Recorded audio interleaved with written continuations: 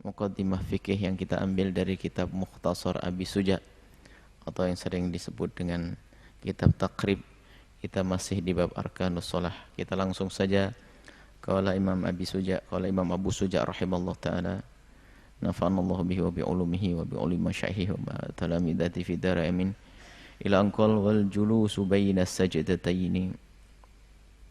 Termasuk rukun di dalam solat adalah rukun, yaitu sesuatu yang wajib didatangkan. Jika tidak didatangkan tanpa uzur, maka solatnya tidak sah. Yaitu duduk di antara dua sujud. Setelah sujud maka ada duduk. Sujud 2 kali setiap rakaat. Maka di antara dua sujud ada namanya duduk di antara dua sujud. Disunahkan baca Rabbighfirli warhamni. Rabbighfirli, Allah ampuni aku. Warhamni, dan berikan kasih sayangmu kepadaku. Wajburni, dan hibur kesedihan hatiku ya Allah. Warfa'ni, angkat derajatku ya Allah. Warzuqni, berikan kepadaku karunia rizkimu ya Allah. Wahdini, dan berikan petunjuk kepadaku ya Allah. Wa'afi, dan berikan kepadaku kesehatan. Lihat lengkap doanya kalau kita sadar. Cuman kita kadang membacanya tidak sadar. Kalau kita coba bisa renungi itu makna daripada panjatan doa di saat kita duduk di antara dua sujud, apa yang kurang?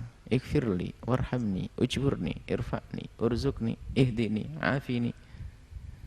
Lengkap yang kita butuhkan, lahir batin. Yang khusyuk mintanya, Allah akan kasih. Dan dalam duduk di antara dua sujud harus ada tumakninah. Ada tumakninah. Tumakninah adalah diam sesaat. Untuk sekedar cukup membaca subhanallah. Jadi diamnya sekedar sepanjang kan baca subhanallah, subhanallah. Cuman bacaannya kan bukan itu. Subhana rabbiyal azim, yang subhana rabbiyal a'la. Kalau sujudnya, kalau di antara sujud kata Rabbighfirli warhamni sampai akhir. Kemudian setelah itu rukun berikutnya ada wal julus. Al-akhir, duduk akhir. Duduk tasyahud akhir. Duduk di tasyahud yang pertama tidak wajib.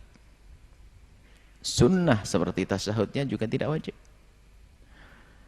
Di rakaat akhir tasyahud wajib, duduknya juga wajib. Duduk wajib, wa tasyahud fihi wajib, tasyahudnya wajib. Kemudian yang ketiga, wassalatu ala nabi, salat kepada baginda, salawat kepada baginda Nabi. Minimal Allahumma salli ala Sayyidina Muhammad. Sampai Nabi Muhammad saja. Itu wajibnya. Lebihnya adalah sunnah.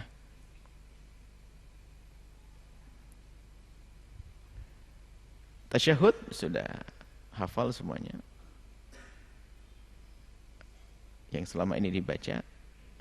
At-tahiyatul mubarakatuh. As-salawatu tayyibatu lillah. Assalamualaikum ayuhan nabi wa rahmatullahi wabarakatuh. Assalamualaikum wa ala ibadillah salihin. Asyhadu an la ilaha illallah, ini tasyahud. Wa asyhadu anna Muhammadar Rasulullah, sampai di sini. Tasyahud. Baru Allahumma shalli ala sayyidina Muhammad, rukun berikutnya. Baru rukun yang terakhir menurut jumhur ulama adalah at-taslimah al-ula, salam yang pertama. Salam yang kedua adalah sunnah. Salam yang pertama wajib. Kalau seandainya orang salam sekali saja sudah sah. Assalamualaikum lalu pergi dia jalan. Tapi sunnah adalah assalamualaikum kemudian menoleh ke kanan, assalamualaikum menoleh ke kiri. Salam yang wajib hanya sekali. Paling sedikitnya adalah assalamualaikum. Lebih sempurna assalamualaikum warahmatullah. Enggak pakai wabarakatuh di dalam sholat. Kita ngikut dalam sholat. Tidak disunnahkan, tidak dianjurkan pakai wabarakatuh. Termasuk dalam sholat jenazah. Biarpun ada khilaf di dalam hal itu. Assalamualaikum warahmatullah. Sudah cukup. Harus pakai assalamualaikum. Alif lam ada ta'rif. Bukan salamun alaikum. Kemudian pakai dhamir khitab yang untuk jamak. Kum. Tidak boleh assalamu alaika. Tidak sah. Harus assalamu alaikum warahmatullahi wabarakatuh. Assalamualaikum warahmatullahi wabarakatuh. Assalamualaikum warahmatullahi. Kemudian ini menurut musannaf Imam Abu Suja ditambah rukun di dalam salat adalah niatul khuruj minas salati. Niat keluar dari salat. Ini yang diambil oleh musannaf. Pengarang. Akan tapi dikukuhkan oleh para ulama madhab Imam Syafi'i bahwasanya niat keluar tidak menjadi sebuah kewajiban. Niat keluar. Jadi nggak usah niat, cukup assalamualaikum sudah keluar. Nggak pakai niat keluar. Niat keluar, jadi waktu mengucapkan assalamualaikum dibarengi dengan niat keluar. Tapi ingat, niat keluar ini khilaf. Pendapat yang dikukuhkan dalam mazhab kita adalah nggak wajib niat keluar. Karena dengan assalamualaikum sudah keluar, nggak usah pakai niat keluar. Kemudian yang terakhir tartibul arkan sesuai urutannya. Nggak boleh sujud dulu baru rukuk. Nggak boleh rukuk dulu baru takbiratul ihram, nggak sah. Jadi harus sesuai dengan urutannya tadi. Nah, ini adalah rukun di dalam sholat. Disebut berapa katanya? Kata musannaf di sini ada arkanus sholat thamaniyata asyar ruknan, ada 18. Tambahnya tadi 1. Yang lain mengatakan 17. Ini 18, tambahnya ini niat keluar dari sholat.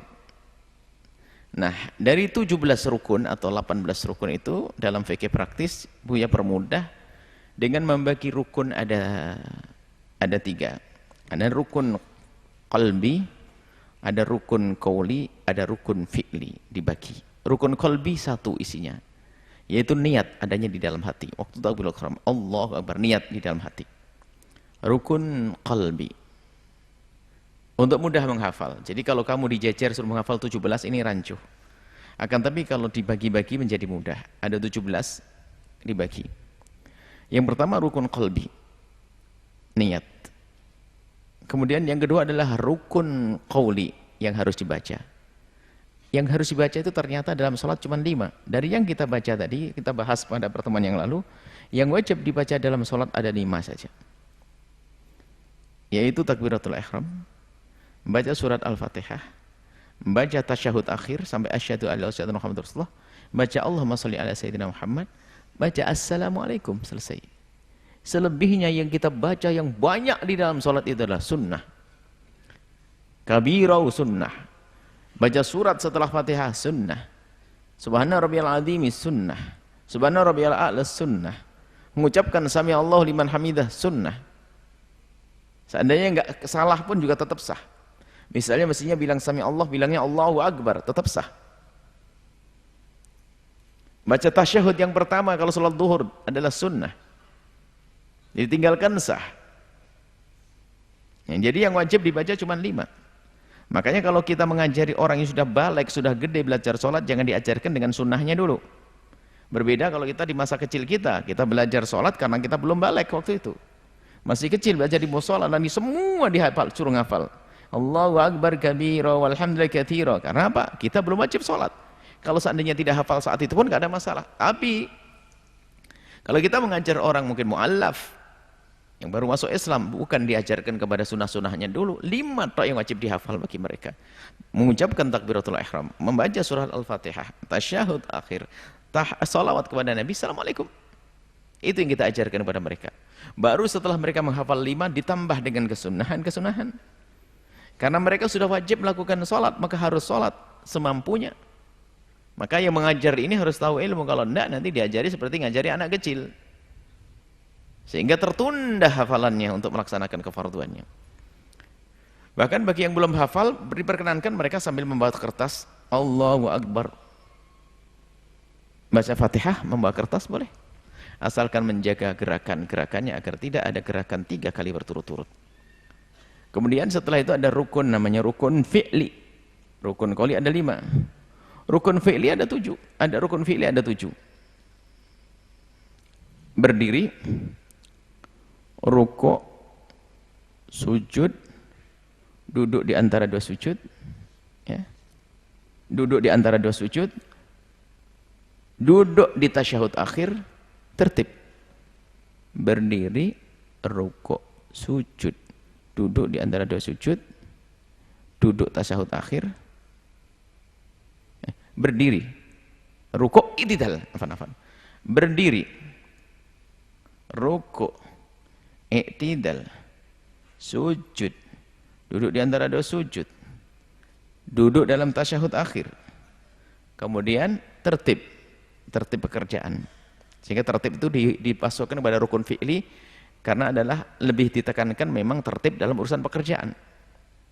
Biarpun dalam urusan bacaan harus tertib, akan tapi ada misalnya kalau Fatihah sudah baca Fatihah kemudian baca di tempat lain bagaimana?